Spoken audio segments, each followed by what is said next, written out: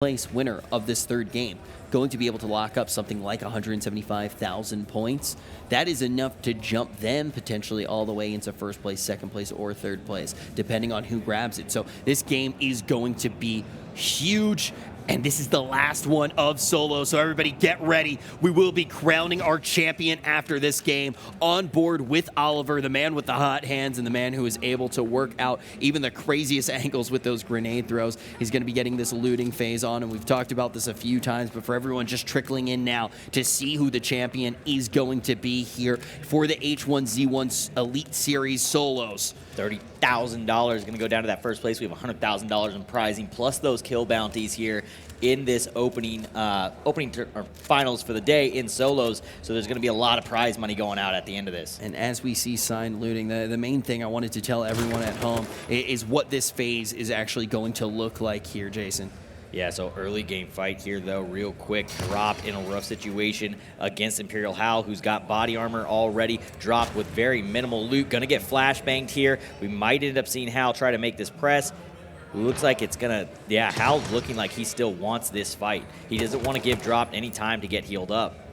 Could have been a little bit more aggressive there, definitely playing it safe with the flash. Maybe could have pressed there, but you don't want to get turned on. You definitely do not want to get turned on. Now Drop somewhat stabilizing in this fight. He was behind, now turning it around on Howl. Howl on the back foot. We are going to see Drop still behind this, able to pick up another shot here in Howl's hand, though. It is going to be that throwable, going to try to equalize this one, moving up a little bit closer, still scared of the shotgun, going to get the molly out instantly. Drop able to move back around the wall, doesn't really connect with him. Both of these players are going to be healthy. They're going to have that helmet equipped. A nice nade going to be tossed out, not going to tag up Drop. Howl on the other end, though, is going to potentially get tagged here by Drop. Drop with a really nice shot, and you can hear some quick fire coming out from him. Both of them at about this half health range. This is one way to start off the third and final game of solos. Howl's moved to a completely new position. The question is whether or not Drop did hear those footsteps. Drop still hiding behind this little ledge here of stone.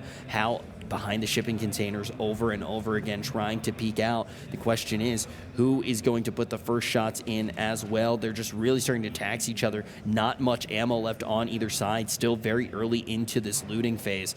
One of these players may go down, though, here. Yeah, typically this is where we see that early game where everybody's looting. You don't typically get the kills. Every now and then you get one quick kill or another. Oh, headshot going to come in from that M9. Not quite enough. It takes more than a single shot from that M9 to the head to get a kill. And we are going to see Howl start to make this press. Now, this can easily be turned around, though, by Drop. And he is going to find it, though. Howl going to jump out, force Drop to have to step up to move a little bit. And he's going to get the finish with that M9. Drop going to be the first one out on this match. Yeah, and we're going to get to watch it one more time here. Now we will see this safe zone as well. The big thing to pay attention to, though, is Drop is one of these guys who's been consistently performing. We already saw Drop perform in teams, but he has also performed in solos, even here in these finals. And now with him out of the way, there is going to be a huge opening in that top 10 with $100,000 on the line. This safe zone, once again, different than any of the previous games that we have seen so far today for this actual round of solos, for this final round of solos. But we have seen a safe zone similar to this on day one in those solo qualifiers for Group A. Yeah, so this is a pretty decent one. These guys are definitely going to know how to work it. It's not anything super crazy. Pretty solid safe zone for them. And let's go back. You were bringing up the topic before, but we started going to that fight with Drop. For the guys at home, we're basically got 3 phases to this game. This one being the opening portion, which is going to be our looting phase. We're not going to see too many fights. We did actually get to catch one fairly early, but these guys are going to start looting up, trying to find maybe some early rotations to the safe zone. These guys are looking to get looted and get the center of the safe zone so that they have the shortest distance to travel as these circles start to close. Mid-game is going to be holding off your positions, and then we'll have that electric end game where everybody starts just lighting up the kill feed. It is electric indeed. Getting to see those players boogie woogie in the late portion of the game is one of my favorite parts. But right now we have that calm before the storm. Everyone trying to get set up just for that, trying to figure out where they want to be in the safe zone, right now we have Vago. Now this is the shot caller for Vitality. He was able to make some really big calls yesterday, and we've been talking about Method a lot because Oliver's been playing out of his mind in these solos, but also in teams. Method yesterday kept getting these beautiful locations inside of the safe zone, but they kept getting pushed off. One of the people who was able to push them off was Vitality. That call came in from Vago. That rush is a risky thing to do. Really nice shots coming out here from Kevy, trying to tax that vehicle, going to drop it to below 53%, get that War of Attrition on. Back on board with Vago, though, for a little bit. This time, though, looking through Blood Inferno's perspective, seeing him get some of those shots into Vago, but Vago makes the call to get aggressive. His team listens. That's so important that you don't doubt it. They go for that rush. They're able to push Method out. That's why Vitality was able to take first place in that game. Having a shot caller like that who is able to call those in teams will always perform well in solos. So we'll have to see what Vago can do with that strategic mind.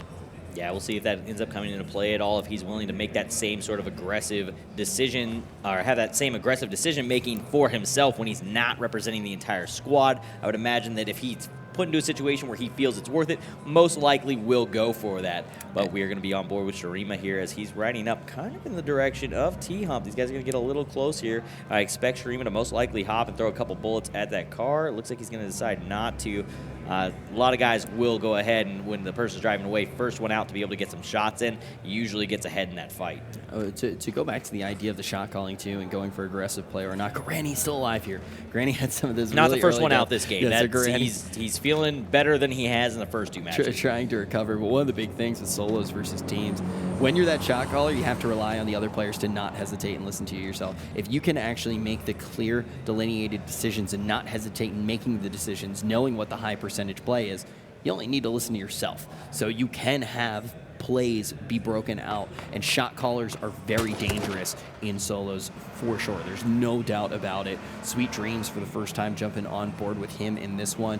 Sweet Dreams was one of these players that just had a huge performance at the first stop of H1Z1 Elite Series over in Atlanta. Now we're in Europe for the second stop. We'll have to see if he can come back and do it again. Already on the back foot, though, has not been able to break into that top three like he did last time, pulling down first place, and it would be massive if he's able to overtake Sign, who we're looking at right now, because Sign has been able to slay and has held first place for both of these games, but trying to cut him down is going to be Hog. Get some really good shots into the vehicle, trying to take it out of the equation nice and early. Yeah, and it looked like Sweet was possibly the one taking a couple shots into Hal there, trying to force him off, and he ends up disengaging, not taking the shots at Sign anymore, and we're going to see that fight break down. So back to the topic for a moment of the shot caller. I feel like as a in-game leader, if your team's operating as a unit, it's easier to do in fives. There's less going on in some aspects. You basically looking at it as my team is fighting this team, so you almost look at it as like a one-on-one, right? It's this squad versus this squad, and there's less people spread out around you. We're going to see some grenades come out. Konak going to get really low here. Morningstar going to make the press, comes in. We'll see what happens with this shotgun battle as it is going to go to a close fight. Konak able to pull it back, takes out Morningstar with that aggressive push, getting punished for it. Able to do just that. We're seeing Oliver right now. We've talked about Oliver spinning miracles over and over again.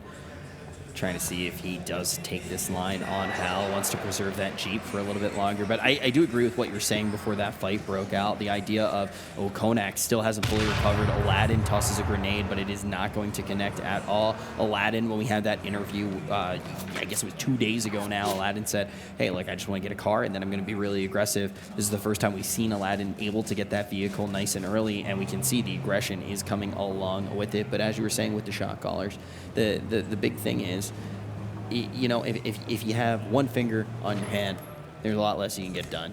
If you have a full five, you can start picking stuff up.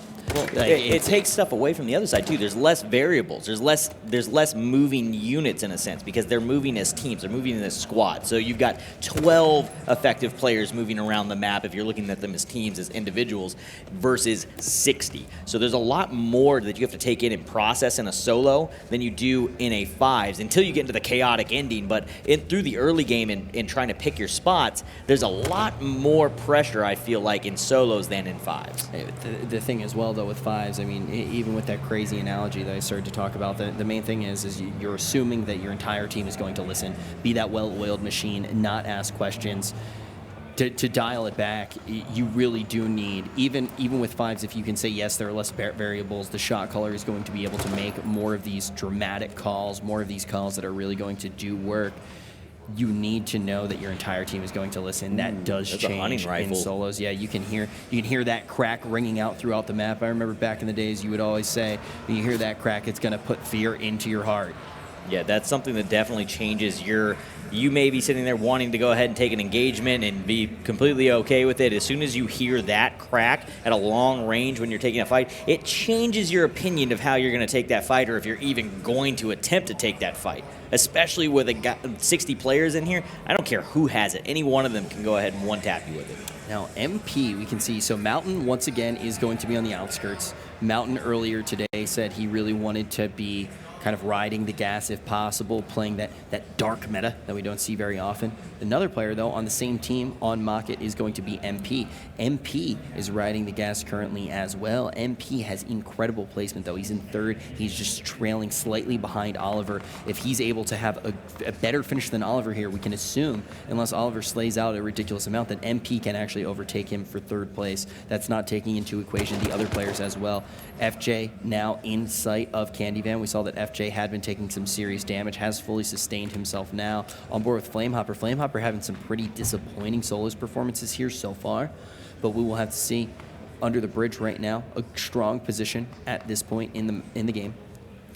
Yeah, so Candy and FJ both here at the opposite ends, and as you saw the map, this whole area, the ranch area behind them, is really, really packed right now. So there's a lot of people playing that center safe zone, and that's a really populated area with a lot of areas for cover. So these guys have all the cover that they need in here. There's a ton of buildings, sheds, shacks, barns. So everybody's kind of got their own spot. We've seen some guys taking under the bridge. There's a camper under the bridge by Candy, and we're going to see some shots come out from Flamehopper here into Rhino, and Rhino going to get a smoke nade down before taking too much damage. He's going to be able to back up to that rock. However, he's not in the smoke, which is going to leave him open. Candyvan is going to find a kill from underneath that bridge, though, onto Hanson, and he's going to get shot here. Flame actually taking damage there from Rhino. Now starting to rain those nades down, and it is going to take Rhino out. At what cost? Flamehopper having to invest 5 grenades into this kill.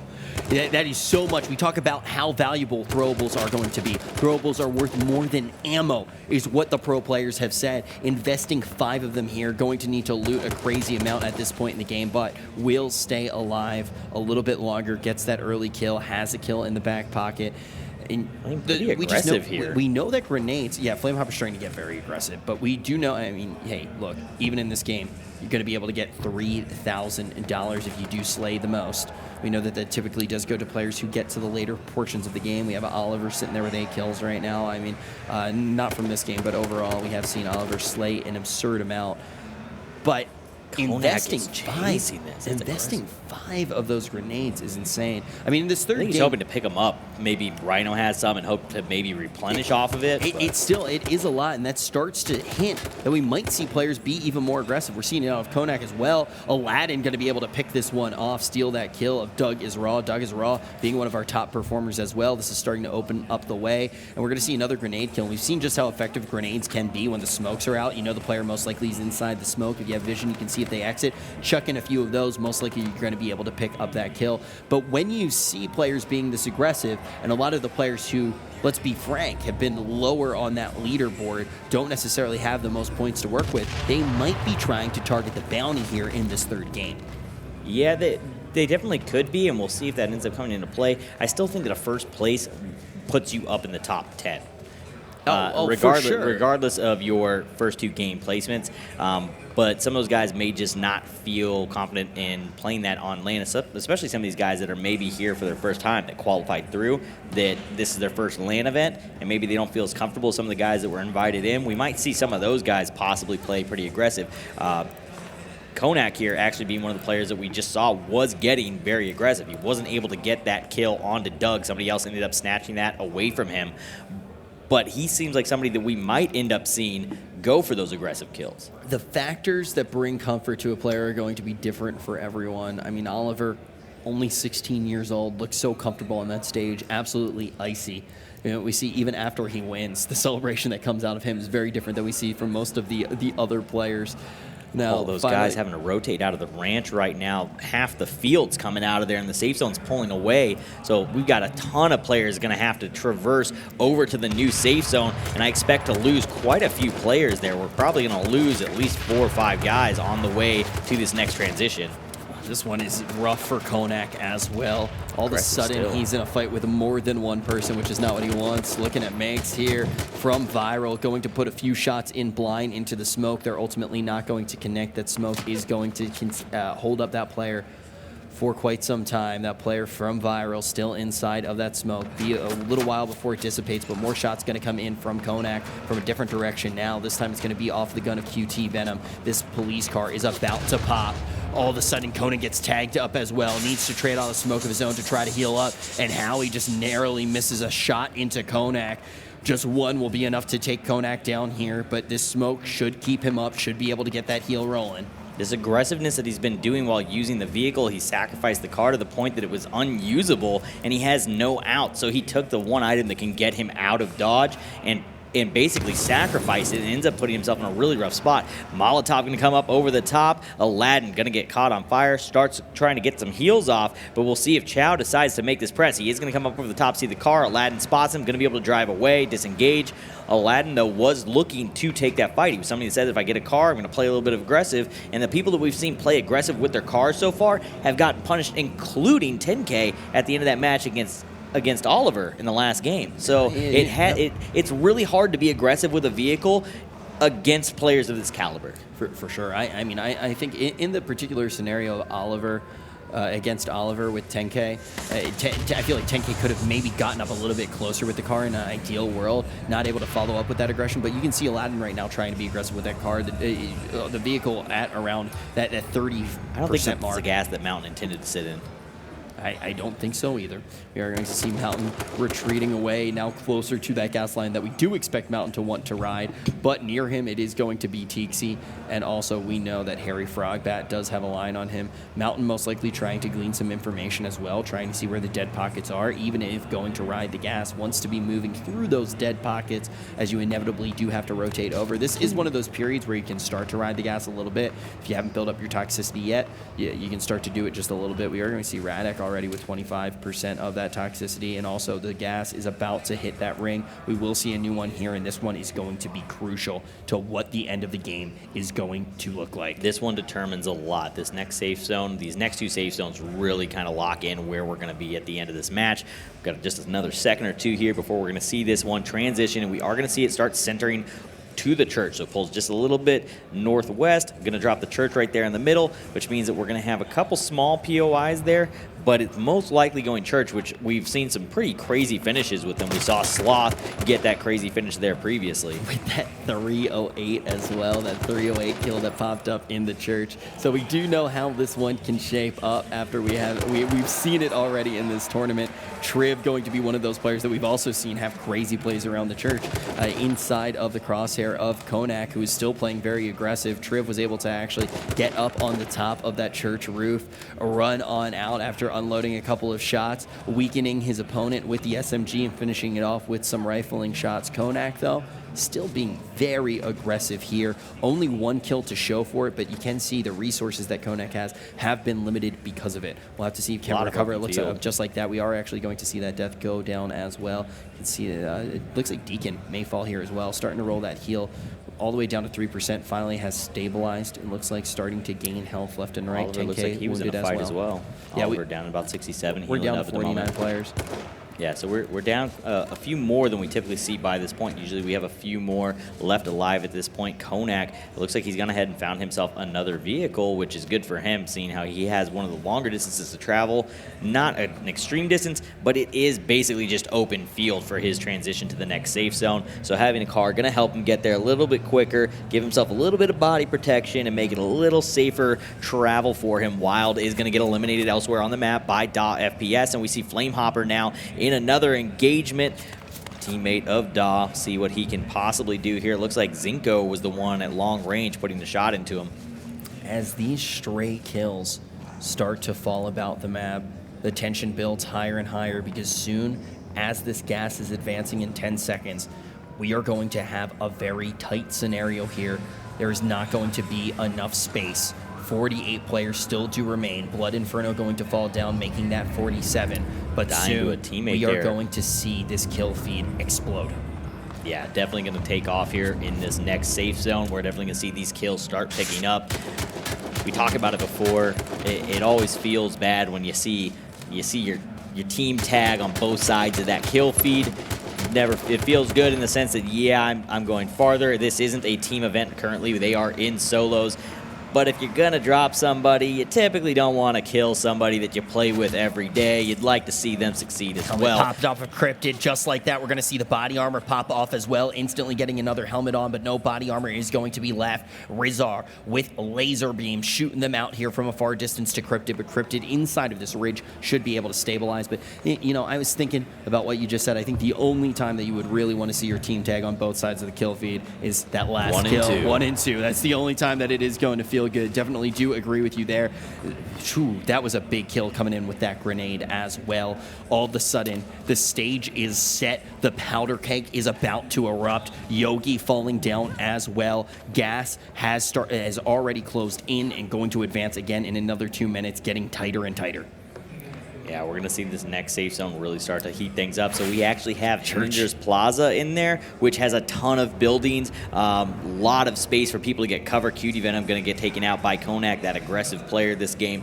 But the church, there's actually 2 really solid POIs still within this small of a safe zone. So this is almost like a little bit of a city finish without being truly being a city finish. It's weird how similar it should play out in theory, but we're going to have to see what the pros do, how they're going to influence the play of each other as they start to move into this safe zone. A lot of players kind of opting into going for this riding the gas strategy. We don't see it very often, but now all of a sudden, we've been joking that it's the opposite of the meta right now.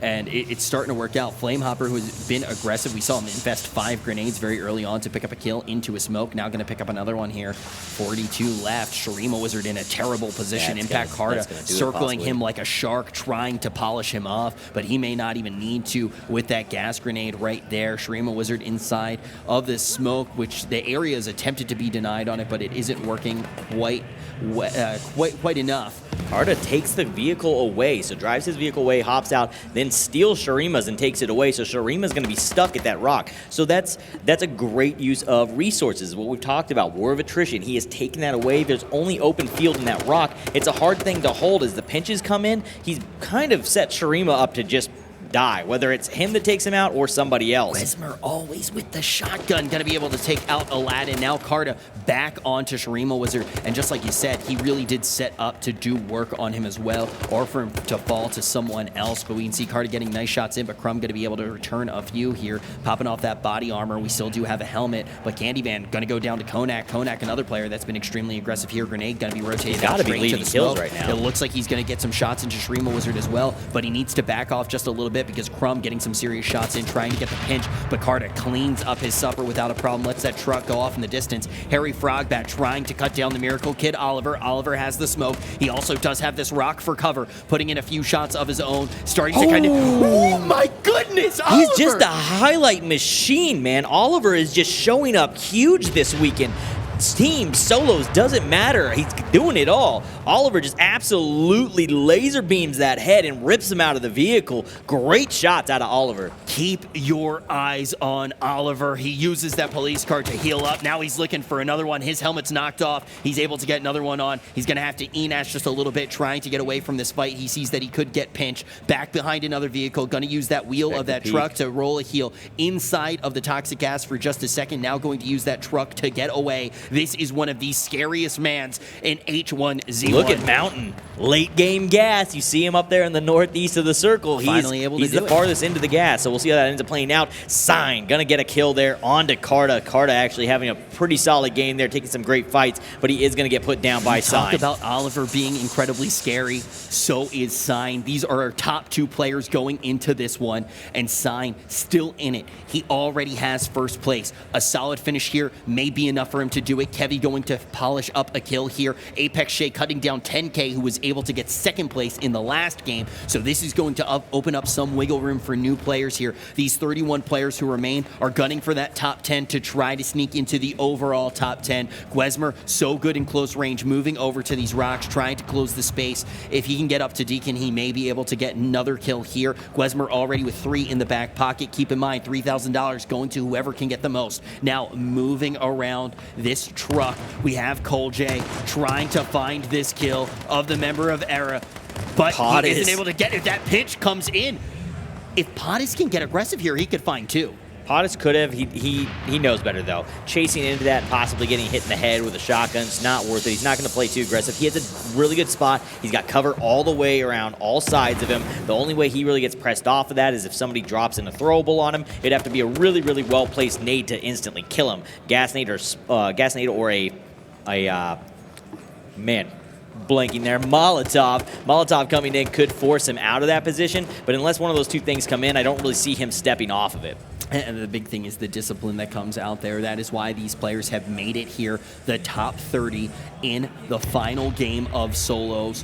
Winner of the overall going to get the king's share of $100,000 back on board with Gwezmer. Incredible shots going into Mountain, the man who has been trying to ride the gas every game, finally seeing that opening, trying to do it. It looks like Sign, though, is in the far reaches of the map as well, trying to secure himself a high placement again, trying to lock up that $30,000 because right now he is in the driver's seat. He is the one to take it. Oliver, the closest behind him. Then we also do have MP to worry about as well. Flowers picks up a kill on Apex Shay. We jump on board with Pottis. Pottis finally going to be able to finish up this player. He was very restrained, didn't follow him, but he cuts down Imperial Hal. Now Prox going to find a kill on Prodigy Aces, and we jump back on board with Prox, trying to see if there is another one that Prox can pull out of this situation. Konak went down there as well, one of the more aggressive players of this match. We're going to see him get dropped.